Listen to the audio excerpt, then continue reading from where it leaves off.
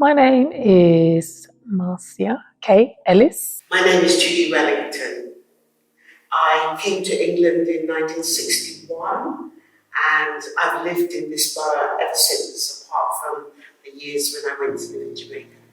I'm originally from Barbados.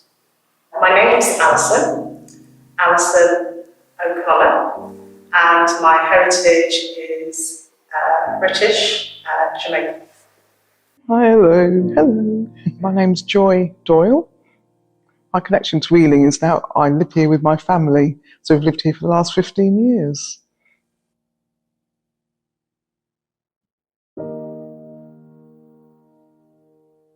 My mother's name is Cordelia Katisha. My mother came to the UK in the 60s, in 1963. And she came from Jamaica, the Caribbean, and she came to join my dad. My father, who was here before her, who was actually paving the way for her to come over and join him. So he came first, and then he sent for my mum. Her name was Muriel Pamela Walcott, but everyone called her Pam. My mum came to the UK in 1955. She was 26 at the time. I know this because I did the research on Ancestry, and all the records are there. So I remember distinctly the day that she left. I was 5 years old, and we all drove to the port to see her off. Yeah. My mother's name was Mercy Victoria Saunders. My mother's name is, although she will say differently, I call her Odeline and Tilslater Ellis. She says the other day we went to visit her and she said, it's not Odeline, it's Odeline. So, but I like saying Odeline. And at one stage, I think when she was here, maybe the first 5 years or so, I've seen a passport where she changed her name, and I asked her about it, and she changed it to Odolin. And I was like, Mum, why did you change your name to Odolin? She said she thought it'd be easier for people to understand. I thought, no, I'm so glad she changed her name back. Odoline's beautiful, or Odolin's beautiful.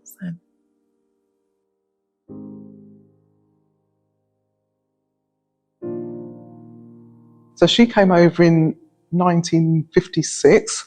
She actually left Jamaica last day of 1955, so arrived here in 1956, and went straight to Bexley Nursing College in Bexley in Kent to study to be a nurse. She was invited to come by her husband, to be my dad. And he sent for her, as they used to say back in those days. So she came. She actually she took an aeroplane to the UK actually. So yeah, and it was it's quite an interesting journey for her because obviously that was her first time flying. So yeah. She came on the boat. It was called the SS Opinia, and she arrived, and she first lived in Blythe Road in West Kensington. Yeah. So yeah, she left myself, my brother, and my sister behind. So the three of us stayed behind with my grandparents. Yeah. The British people went out to the Caribbean and they were recruiting people to come and work in the UK, in the underground, on the buses, nursing, and also for Lions, Cadbury Hall. And my mum came, my mum and my dad. My dad came in 56, my mum in 55. Yeah. We just saw her go into this big thing, this big boat. I was the eldest. My brother was 4 and my sister was 3. But there was no kind of explanation as to what was happening.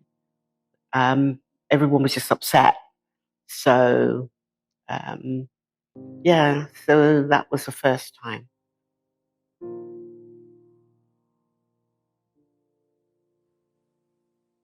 My mum is a very accommodating lady, and her experience was different from where she lived in Jamaica, in the Caribbean, and it was mixed. She had a mixed experience. Some, she had some very good experiences, and also she had some pretty challenging ones too.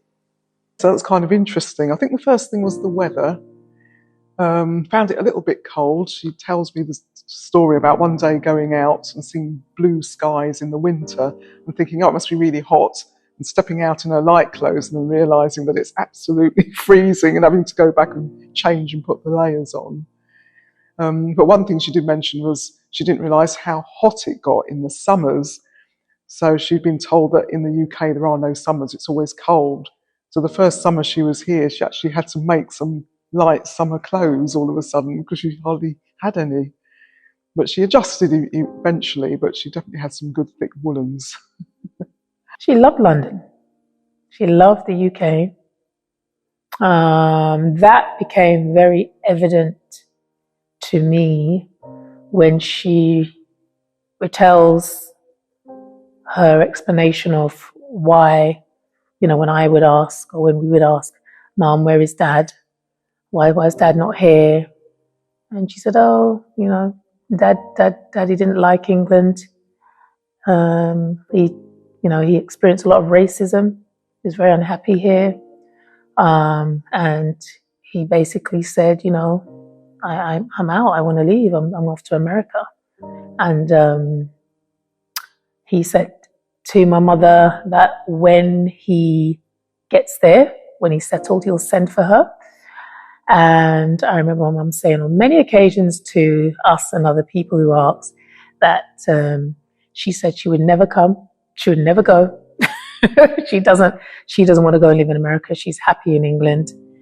And yeah, so that's the reason why they remained separated. And Mum stayed here, left with 5 children to bring up by herself. Like a role model. I didn't really, understand her life and how difficult it was during the time she was Windrush generation.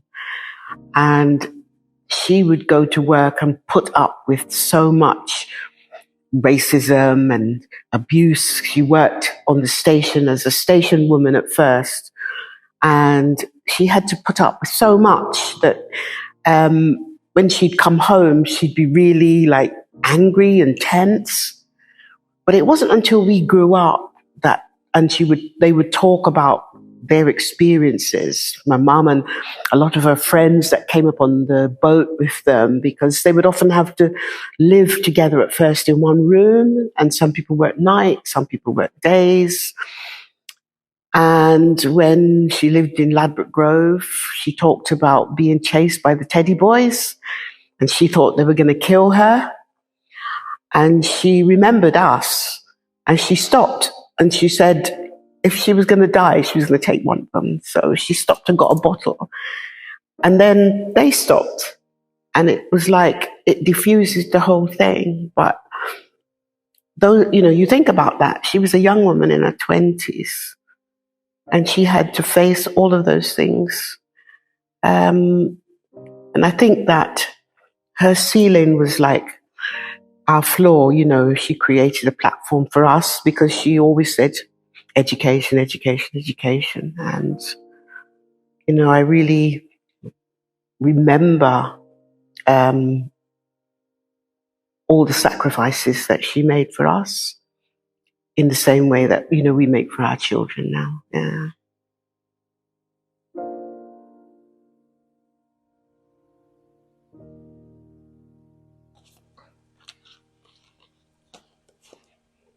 So it's Mum.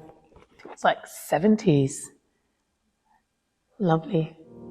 Looking really out there, fly, on point. It's a lovely picture. some of her writing on the back. And yeah. She was also very creative. She was a seamstress. She used to sew and do lots of sewing for people. Often when anyone used to come over, my cousins used to stay over for the summer holidays, she would always send them back with a dress that she had made.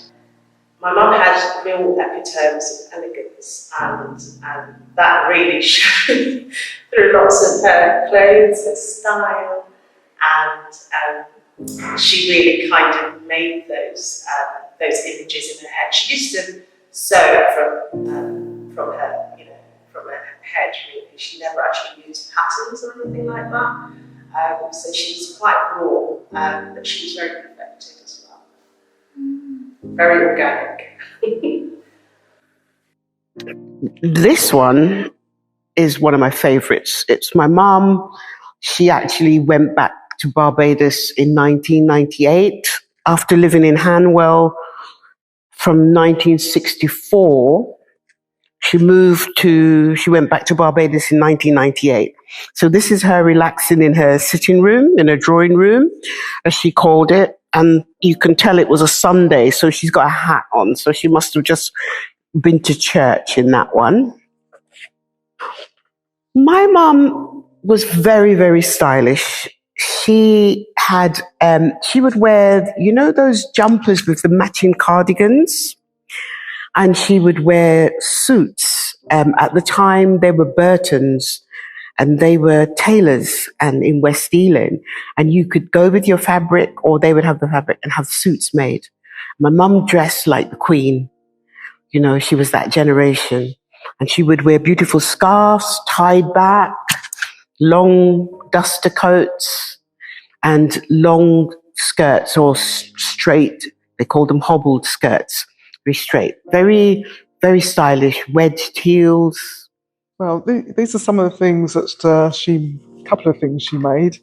So this was a blouse, which I think is lovely. In fact, you could probably wear something like this now. And she'd wear that with, say, obviously a plain skirt, but really vibrant colours. And then also this dress with a peacock feather style. Blue was her favourite colour, so this is sort of blues and pinks. So again, but just lovely colours, lots of style in there. She always had to be properly dressed when she went out on the street.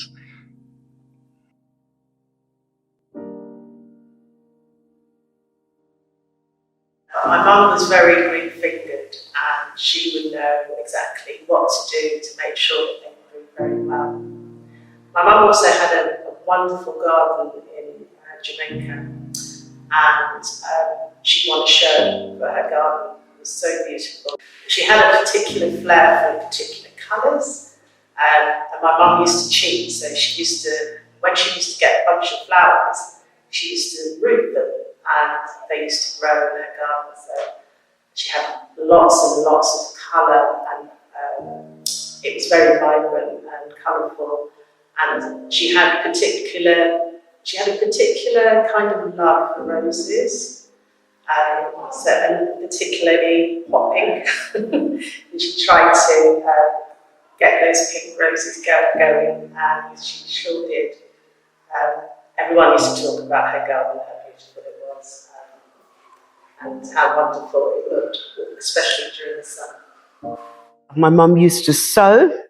So a lot of our clothes when we were younger, she would send for us from here, and she made them. She was practicing.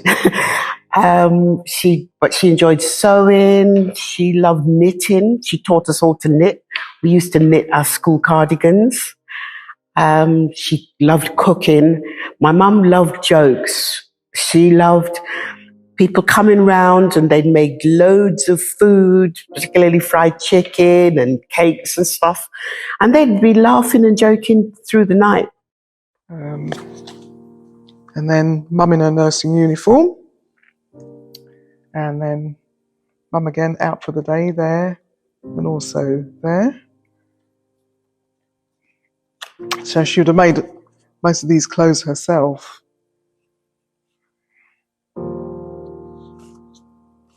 And again there as well.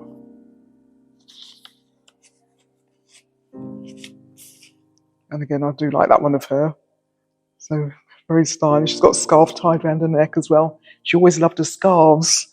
All her life she had to have a scarf. Had to be matching. So that's probably the main ones. Yeah, her when she was younger. Mum was very much a person who loved to have friends around her. She had lots of friends from around the world. Africa, America, Spain, Italy, Holland, Finland. We always had people in and around the house staying for whether it be a day or a month or a week. We always had people around speaking different languages. On occasions, we'd be sent off. Friends would invite us from different countries to go and stay with them in different European countries. We had quite a wide and varied experience as young people. And Mum loved languages. She spoke Italian excellently with a Jamaican accent, was hilarious. And she spent a lot of time in Holland as well, to and from Holland and Italy. And she spoke a little bit of Dutch as well. And she had a very good Dutch friend who she travelled. I think she travelled the world with him, all over the place. And most of her friends, if they came, she'd travel back to their country, places like Russia, America, Grand Canyon, so many wonderful adventures, which for me, because it was tough being at home, bringing up 5 children on her own by herself, it was lovely, I'd say, when she was in her maybe 40s, 50s, knowing that she travelled a lot.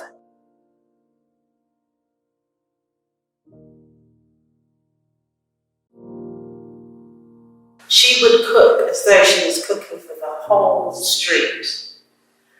So on a Sunday was a really massive day. It was a very family day, and we used to wake up to the smells, the aroma of all the different foods that were being cooked.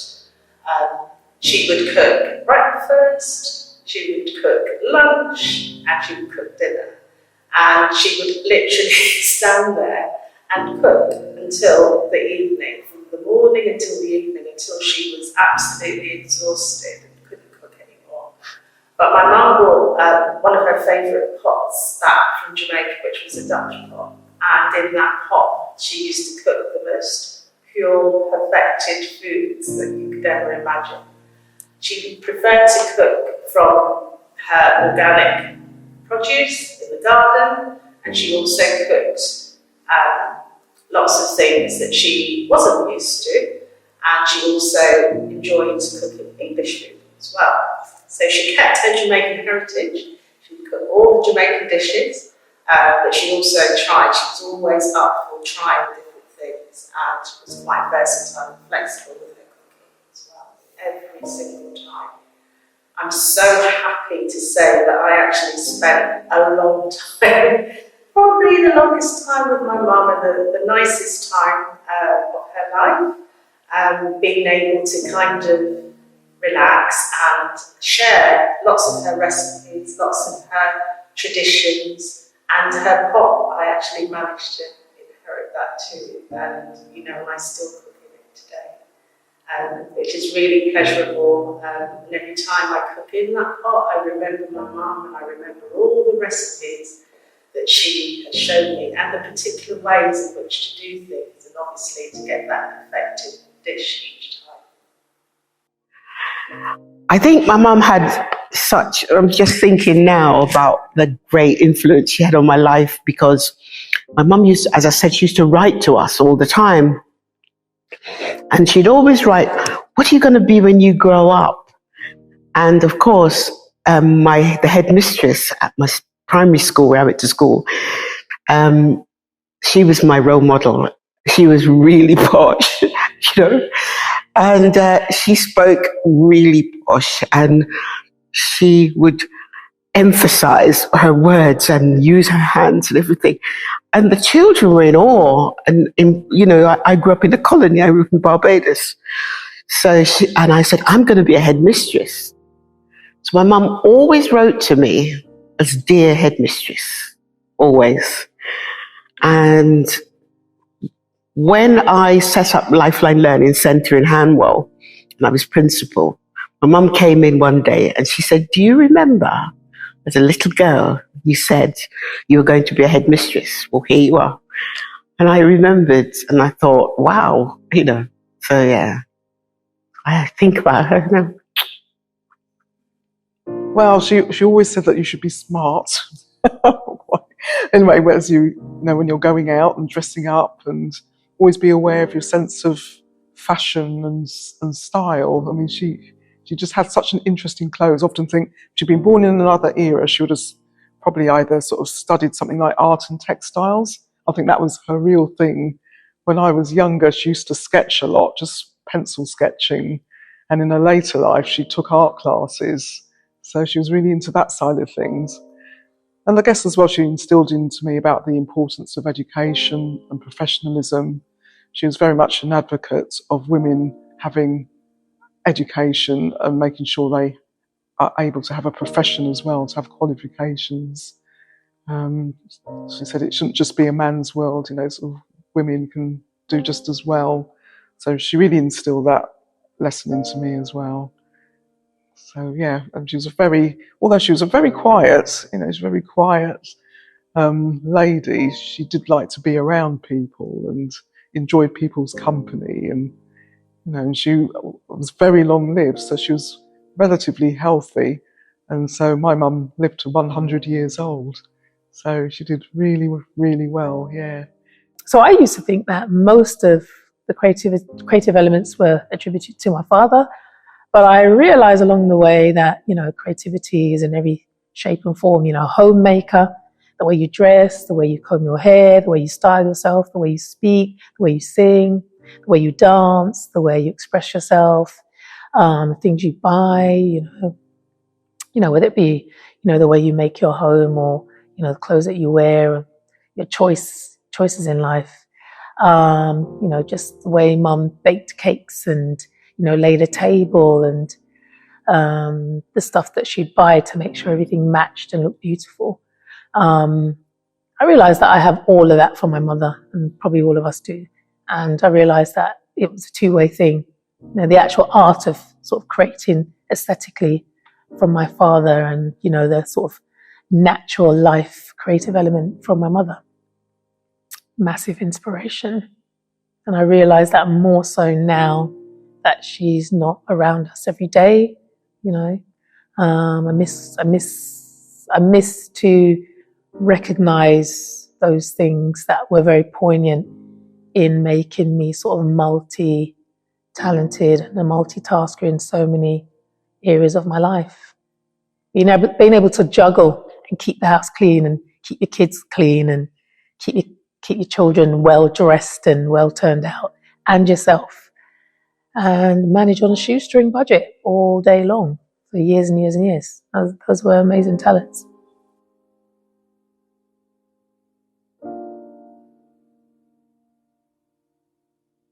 I'd just like to say thank you.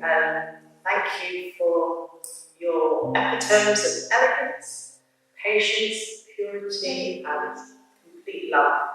You've really transformed that within me, and I'm able to kind of pass that on to my family too. That she was a good mother. She brought up her 5 children all by herself, and she managed. She did it. She did the job. She did the best job she could possibly do. She loved us, and I think her greatest triumph is, doing well by us all. Discipline, love. We never went without. Always lots of food.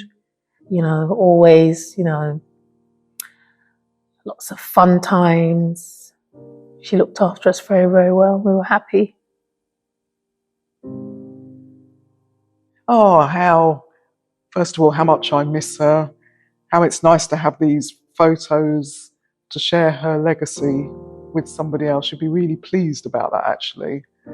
And the fact that she has made a bit of an imprint on the world, and just, thank you for being a wonderful mother and grandmother, and, the fact that she's instilled, how important it is for women to have education in not only me, but the generation further on as well. So, yeah, thank you, Mum. What would I say to her? Thank you. Thank you for so many things. Thank you for being really strict with me to make sure that I had stayed on at school, had an education. Thank you for asking me from a young age what I wanted to be when I grew up. Thank you for bringing me over here. Thank you for discipline, really. And thank you for loving me unconditionally. That's what I would say.